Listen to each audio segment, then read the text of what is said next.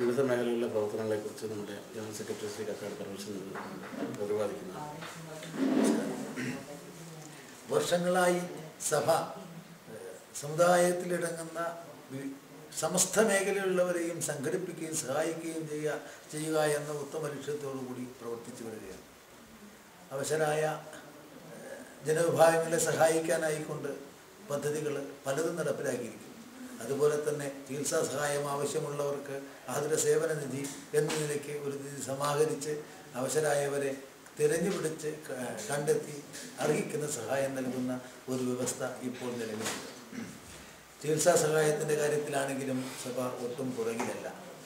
അതുപോലെ തന്നെ വയോധികരായ നിരാശരായ നിരാലംബരായ സമുദായാംഗങ്ങളെ കണ്ടെത്തി അവർക്ക് പരമാവധി തുക പ്രതിമാസ പെൻഷനായി നൽകുന്ന ഒരു പെൻഷൻ പദ്ധതിയും ഇപ്പോൾ നടപ്പിലാക്കി വരുന്നുണ്ട്.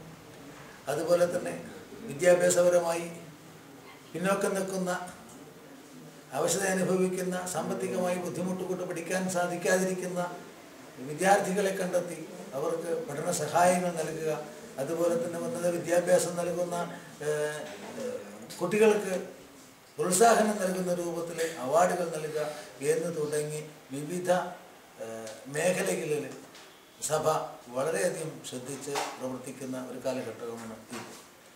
ഇതുപോരാതെ ഇതിനു പുറമെയായി സംസ്ഥാനത്തിലെ നമ്പൂതിരി വിഭാഗങ്ങളിൽ വിന്യസിക്കുന്ന സമസ്ത മേഖലയിലുള്ളവരെയും പ്രത്യേകമായി സംഘടിപ്പിച്ചുകൊണ്ട്, ഉദാഹരണമായി വ്യവസായികളെ മാത്രം ഒരു ഗ്രൂപ്പായിക്കൊണ്ട്, അതുപോലെ വിദ്യാഭ്യാസ സ്ഥാപനങ്ങൾ നടത്തുന്നവരെ മറ്റൊരു ഗ്രൂപ്പാക്കിക്കൊണ്ട്, സാഹിത്യകാരന്മാരെയും സാംസ്കാരിക നായകരെയും ഉൾപ്പെടുത്തിക്കൊണ്ട് മറ്റൊരു ഗ്രൂപ്പാക്കിക്കൊണ്ട് എന്ന് തുടങ്ങി സമസ്ത മേഖലയിൽ വിന്യസിക്കുന്ന മുഴുവൻ പ്രവർത്തകരെയും ഒരു കുടക്കീഴിൽ കൊണ്ടുവരികയും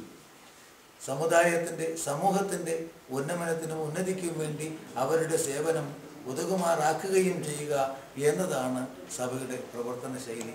ഒരു പരിധിവരെ അത് വിജയിച്ചുകൊണ്ടിരിക്കുന്നു. എന്നാൽ നേരത്തെ സമ്മേളനത്തെ പറ്റി പറഞ്ഞപ്പോൾ പറയുന്ന സാമ്പത്തിക ബുദ്ധിമുട്ടുകൾ ഇതിലൊക്കെ തന്നെ ഇല്ലായ്കയില്ല.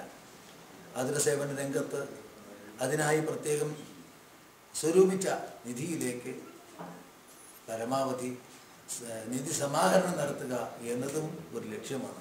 ഉദാരമതികളായ ഏവരിൽ നിന്നും ഈ സഹായ നിധിയിലേക്ക് ഒക്കെ തന്നെ പരമാവധി സഹായം ലഭിക്കണം, അല്ലെങ്കിൽ ലഭിക്കും എന്ന വിശ്വാസത്തിലാണ് സഭ ഇപ്പോഴും നിലകൊള്ളുന്നത്.